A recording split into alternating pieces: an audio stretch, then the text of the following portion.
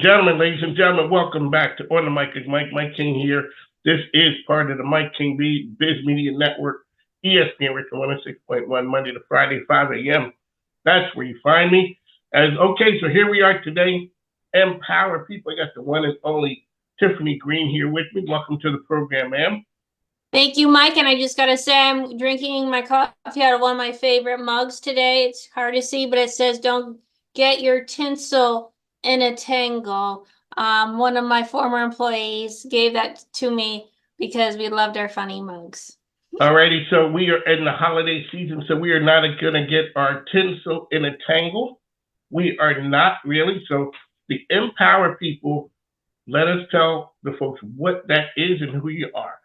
So Empower People is a nonprofit, and our mission is to educate, connect, and support mission and purpose-driven leaders to drive positive impact and to empower people.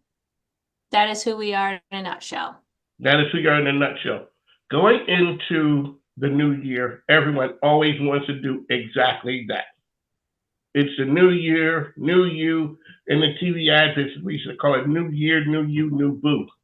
So all those things are going to be new and fresh, including having a better perspective on your business. And here we are. How long does that last, ma'am? It's kind of like dieting. It doesn't even make it usually through January. Yes. Okay. It does not. But that is something good businesses hold on to year round, because that is part of their ecosystem, their DNA. So talk about why that's so important. And then I hear that the scuttlebutt on the street is that you have a story for us. Yes, I do. And it's exactly about this. So the problem, and I think the story will actually address that really quite well. Thanks for teeing me up so well, Mike. Yeah, thank you. The truth of the matter is, so many businesses, they get what I call lost in the weeds of their business, that they forget what their purpose is, and they start responding and reacting to things. Right. And the job of a leader is not to react. The job of the leader is to be predictive. It's about thinking about 10 years from now. So if you're always reacting, you're always acting in the here and now, which means you're usually not operating within a vision. You're operating for the moment. And so I would challenge any leader today to be thinking about what is their purpose, what is their why, and to remain centered and focused on that. And not always be reacting, and not to operate out of a fear mindset, and to be self-aware enough to know the difference. Okay, so when a business first starts, a lot of time the owner says, I have to be reactive. Instead of being, okay, they think that they're being proactive, but in reality reactive, because this popped up on Tuesday at 1 p.m. that I had no idea that was going to pop up. So I'm reacting to that. Talk about being proactive, and how do you go from the idea that you are proactive, reactive, and you're moving down the road to be visionary, that we have to look down the road for not something that's going to happen in the next 10 minutes, but we're planning for something. This is how we do business. So first of all, you got to answer, again, it goes back to your why and your purpose. Some folks, some business leaders, it's okay for them to, this is going to sound crazy because I say this is not the ideal way of being, but if you are constantly being reactive, maybe that does fit within your purpose, right? If you're not looking to grow and continually grow as a lead, well, you should always grow as a leader, but grow your business, then maybe you plateaued and you're good with that. So reacting, but even with reacting, if you're always reacting and you're never predicting or being proactive for the next step, like to be able to predict it, even if you're looking just to stay where you are, you may lose your footing because a competitor is going to come in, or somebody else is going to come in and steal that from you, right? And so the idea is, though, you don't necessarily have to, you always have to be paying attention to the competitive landscape that you're in. But more importantly than that is, if you know what your purpose is, people will be drawn to your purpose. And so competition isn't so important anymore. Right? If you're always competing based on price, if you're always competing based on service, or you're competing on product, the French would say, what's this je ne sais quoi? What is the thing that really is drawing somebody in? The thing that draws somebody and keeps a customer is purpose. And if the purpose alignment is there, you have retention forever. I always wanted to have that je ne sais quoi conversation. I'm having with a Canadian, so I feel uniquely qualified as a radio talk show host because Tiffany Greene said it, and yes, she is Canadian. Alrighty, ma'am. So we've teed it up for you. What is the story that you have for us today? It sounds like Paul Harvey, and now you know the rest of the story. Okay, so I just challenge everybody to grab a beverage and just sit still and take this story in. Now, it's not going to be as good as A Christmas Carol. I'm not saying it's Charles Dickens worthy here, but hopefully this story will help make you think about you and where you are right now. I call it A Tale of the Power of Purpose.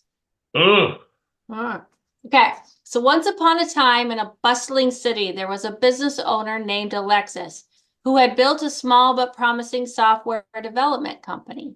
In the early years, Alexis's business flourished as she and her team worked passionately on innovative projects. However, as the company expanded, Alexis found herself overwhelmed with the demands of scaling the business. As the company grew, Alexis lost sight of the initial purpose that fueled her entrepreneurial journey. The original goal was to create cutting-edge software solutions for micro and small businesses that would make a positive impact on people's lives. However, with the pressures of growth, profitability, and competition, Alexis began to prioritize short-term gains over the long-term vision that initially drove her. The employees who were once inspired by the company's purpose started feeling a shift in the culture. The innovative spirit waned as the focus shifted to meeting quarterly targets and appeasing investors. Team members began to feel disconnected from the core values that initially united them. The sense of purpose that had driven creativity and collaboration started to erode. In this scenario, Alexis' leadership began to suffer as well. She became more focused on the bottom line and less on fostering a positive work environment while neglecting her purpose. The employees noticed the change and morale began to decline. The lack of shared purpose left the team feeling adrift, leading to decreased productivity and an increase in turnover. As a consequence, the business which once thrived in innovation started lagging behind competitors. Projects became more about meeting deadlines and creating meaningful solutions that were rooted in their purpose. Clients noticed the decline in quality and began seeking services elsewhere. The once promising trajectory of the company came to a standstill. Eventually, Alexis realized the downward spiral and decided to reassess her approach. In a moment of reflection, she recognized the importance of reconnecting with the initial purpose that fueled her entrepreneurial journey. She started a series of initiatives to reignite the passion within the team and refocus on creating impactful software solutions that were rooted in purpose. Although the road to recovery was challenging, Alexis's commitment to restoring the company's purpose began to yield positive results. Employee morale improved, and the innovative spark that had been lost started to return. Clients began to notice the positive changes, and the business slowly regained its footing. Now, this scenario serves as a powerful reminder that a business's success is not only solely measured by financial metrics, but also by the shared sense of purpose that guides its growth. When leaders and businesses lose sight of their core values and purpose, they risk not only financial setbacks, but also the erosion of the very foundation that once made them successful. Ladies and gentlemen, Charles Dickens does have something to worry about. Tiffany Greene there dropping nuggets of knowledge on us. So Alexis had to not hit total rock bottom, but it had to get rocky before she realized she had lost her way. Her purpose. The purpose is the true north, right? The purpose is the light you follow, and it's the map you follow on your trajectory of your journey, right? And when you start doing this one off, that one off, this one off, or I gotta please this entity or please that entity, it keeps taking you further and further away from your purpose. So if we looked at this story and then we analyzed or discussed the Wayfair article you shared on LinkedIn about Shaw, right? What in that email that he sent to his employees reflected Wayfair's purpose? Okay, ma'am, I do have a question. and this is going to come before that question. Okay. The question is, you make it seem like when a person starts a business, they had really lofty goals, they had a purpose that was clearly driven. How about it's this one? I didn't like my boss. I don't want to work for anybody. Ma'am, all I want to be is a money grubbing capitalist. I just want to make money. I don't care about any of those other things. That is my true north. That is the ethos that we work by. That is it. I just want to be Gordon Gekko and get the money and be that person. All right, ma'am, the floor is yours. I love that because right now, I don't know if you are a holiday movie buff, but I am. There's certain movies I have to watch every single year. And what you're talking about is Scrooge in A Christmas Carol before he goes through the transformation, right? To get rooted back into purpose. And why was that? Do you know why? Let's talk about Scrooge because it's deeper than, we all enjoy the Christmas Carol. But he had a sense of purpose at the beginning. Remember when he got to see his first employer? Yes. And the employer spent money on the Christmas party. And he said he was such a jovial employer. And he felt wanted and needed, right? But Scrooge operated out of a scarcity mindset. Scrooge operated out of fear. When you operate out of fear, his worth became the coin that he collected. And when he goes through the journey with the past, present, and future ghosts, he realizes that is not my worth. My worth is more than the coin I collect. Actually, I do make a positive impact. I do have a bigger purpose. So a person who's driven just for the money, even they have a bigger purpose. They just haven't realized it yet. Typically, if you're driven by money and you feel like money is your purpose, you have a bigger there's issue. Something you don't know what your purpose is, and you're trying to fill that void with the money, and you just keep wanting more and more and more and more, and you never fulfill that void. You never fill that void. Because human beings, this isn't a religious premise at all. This is just we could bring this back to science. In fact, human beings are wired to be connected with each other. We didn't realize that as much until COVID happened, because we always had the ability to have someone around. Correct. And then COVID happened, and we realized we kind of want and needed people. Exactly. And not only do we want and need people, we want to be needed by people. That's more important than needing others. It's actually more important to us to feel needed, right? When you look at an older person, their health declines substantially when they don't feel needed.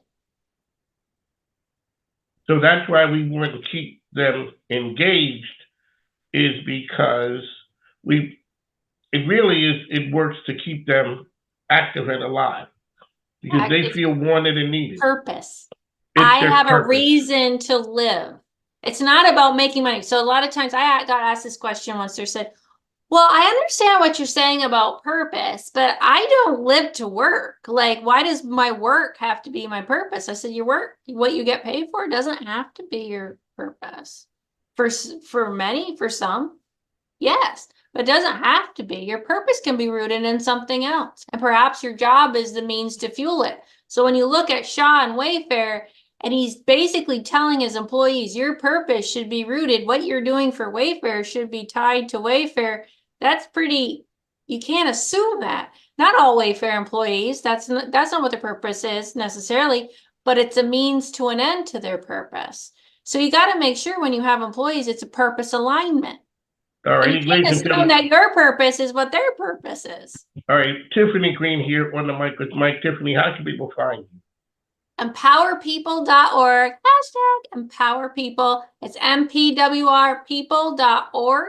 You can also find us on LinkedIn, Facebook, and YouTube. Excellent. Okay. All righty. So, ladies and gentlemen, what Tiffany Greene is talking about, last week I posted the CEO of Wayfair encouraged, I think we could say encouraged, or directed or mandated that employees need to be more engaged and basically buy more into the culture to be more involved in the business, because that's how good businesses make it. And you should be a good employee so that we can have a good business and everything will be happy. I need more engaged employees. I posted that on LinkedIn and I wanted to see what came back. And it was funny, Tiffany Grant, I knew that's why I shouted you out that you were going to have something to say about that. First of all, let's start with that right there. The idea that a CEO would post that says what? What I read was he is afraid. He is afraid because Wayfair struggled and he had his first profitable quarter in a while, and he doesn't want to lose that momentum. So he's operating out of fear, and what does he do? He instills a bit of fear in his employees. But what he's doing, he does it in a negative way. And if you're ever a parent, right? We know this, right? If you're upset with your child, let's say, because you know they aren't doing the best they could in school, and you feel like they're being lazy. And in fact, remember, Shaw used that word, laziness, right? Lazy, yes. How does your child react if you say, could you just stop being so lazy and do your schoolwork? Do you usually get the response you're looking for? No, the response is not going to, no. Because you get defensive. You're like, who the hell are you to tell me I'm lazy, right? No one wants to be told that. That's your opinion. In fact, that's an opinion. It's a judgment you've made that may not even be accurate. That's exactly his approach with his employees, right? What leaders need to be. So he would be much, in my opinion,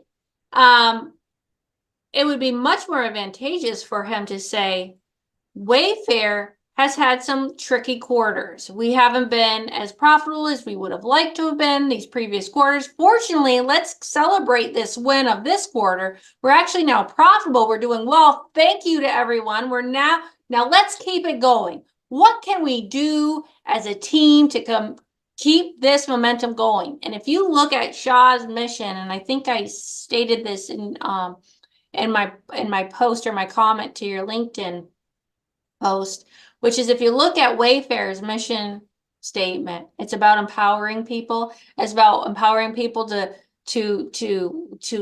be themselves, right? And to live in a place, a home that's uniquely theirs, right? So, but did his email reflect that mission to his employees? It did not. So it's a complete disconnect. So now he's running the problem up. Now my internal messaging doesn't align with my external messaging. So what's the truth? Human beings, right? What do you think human beings are going to do? Oh, that's nice. That's fluff on the website about what their mission is. He's showing his true colors with his employees. So not only did he lose loyalty from his employees, he's also losing loyalty from his customers. Because now what you've done is you've decreased the brand equity in Wayfair because you caused distrust amongst the stakeholders. All right, Tiffany Greene here with Empower People. She has a unique insight into that, and that's one of the reasons why I posted it.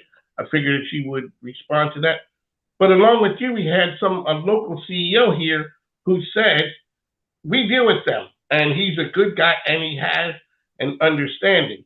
So what you're saying is he may be a good guy, he may be doing all the right things, but his message was tone deaf that time. One message can ruin so much, right? And again, let's use the parent analogy, because so many of us can relate to that, right? Because even if you're not a parent, you've been a child, so you can relate to this comment. Yes.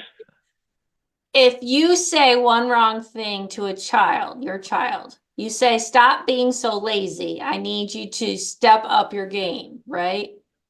How many more good jobs are you going to have to say to replace that one negative comment? A lot. Is it worth it?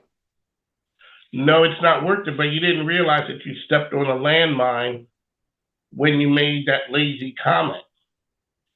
And that's, I think, the hard part when you are looking at a business of like Wayfair stature, right? You're looking at a pretty large business. It's not a one-man show. It's a very large team. He's got a team of experts, and you're thinking, how did that message not get stopped to a degree? Like, why didn't somebody say, but maybe it did. We don't know, right? I don't know. Maybe somebody said, hey, Shaw, you don't want to, no, stop. Go send that email out. Maybe somebody did. He's like, no, I think it's good. I want to share with people what I'm thinking.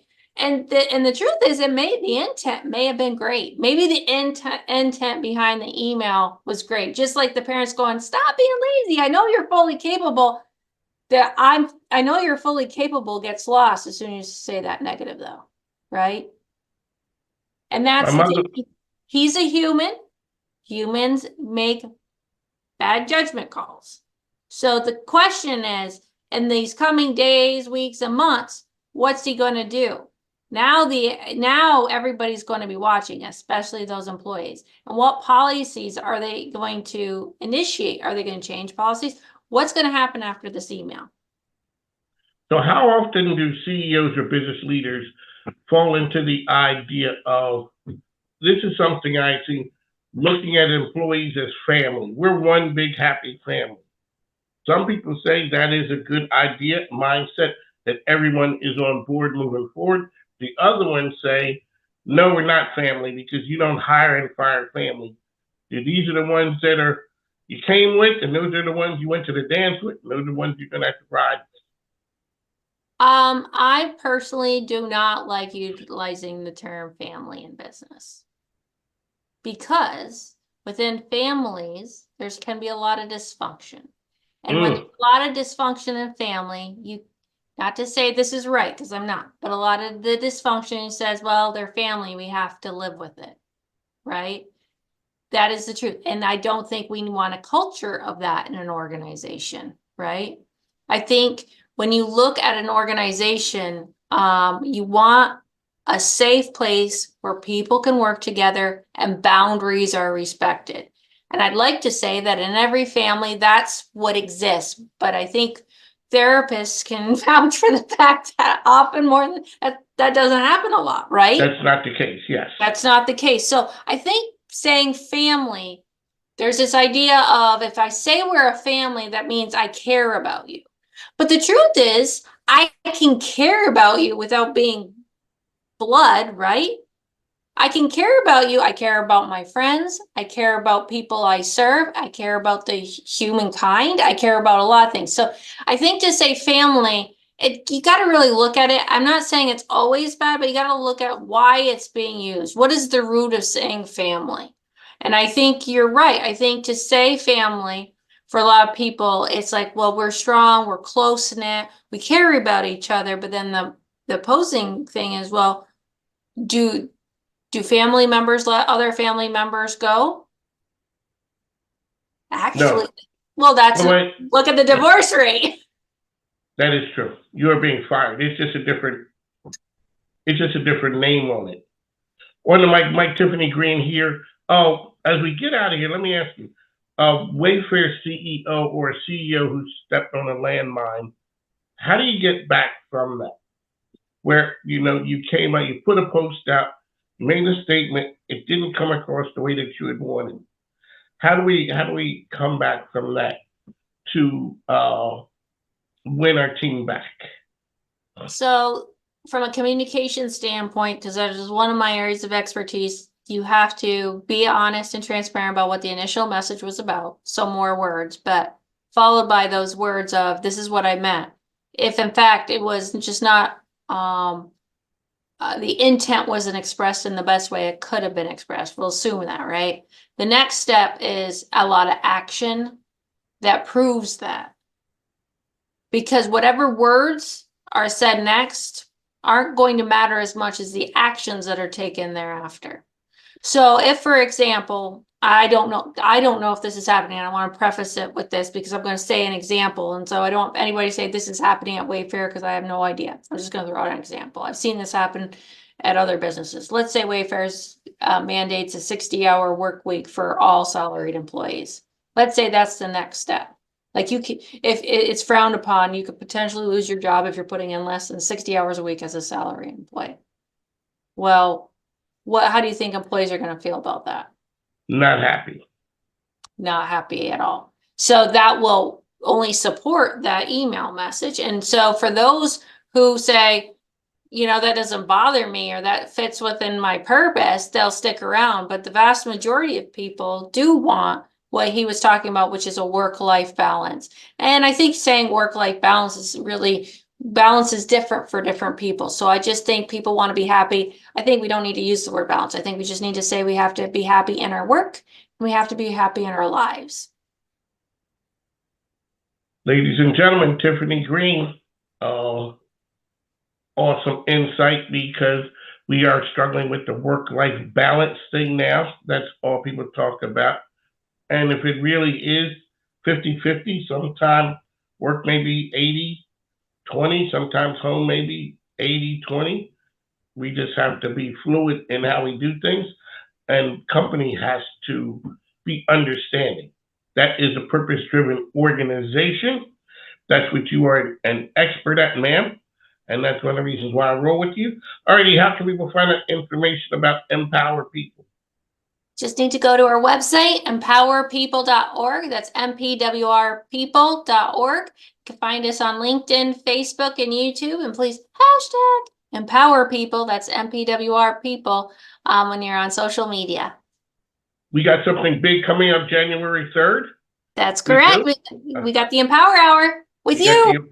With me, and we got some heavy hitters there. You put together the Dream Team, the Justice League, or what do you call it? You have another name for them. We have the Empower People Superhero Squad. That's right, the Empower People Superhero Squad. I'm just happy to be in there. All right, who we got? So we got Stacey Briley Goodman. Yeah, we got Stacey Briley Goodman, owner of Origamic Solutions. She's our operations guru, subject matter expert. We also have John Rabel, owner of Launch. He's our attorney and risk management legal subject matter expert. We have Brian Kinsey. He is the owner of Tinker HR, and he's our human resources expert. You know, speaking of that, when the Wayfair comment then went out, that may end up ending up in HR. HR may need to really, you know, they may need him with Tinker. They may need to get Tinker. They were probably going to need, so in a comment like that, it's not only going to impact HR, it's going to impact operations, it's going to impact it's going to impact every area of the organization. So yeah, that's a ripple effect, a big one. That is a ripple effect, but we put everybody together, and that is the Empower Hour. That is the first Wednesday? First Wednesday of every month at 9 o'clock. And this month we also have Dr. Christine Fuselier. She's going to be our DEI, diversity, equity, and inclusion subject matter expert. So it's going to be a full house. It's going to be a full house. It is Dr. Fuselier is our friend from Bryan and Stratton. She is the Dean of Instruction. And she got a whole bunch of credentials behind her name. She is an expert in DEI. That's what we do. We bring the best and the brightest to you. Madam, thank you for the time. Happy holidays. We're going into a new year. Thanks for your time. Ladies and gentlemen, Tiffany Greene is here with us. Thanks. Now take care. Thanks, Mike. Take care.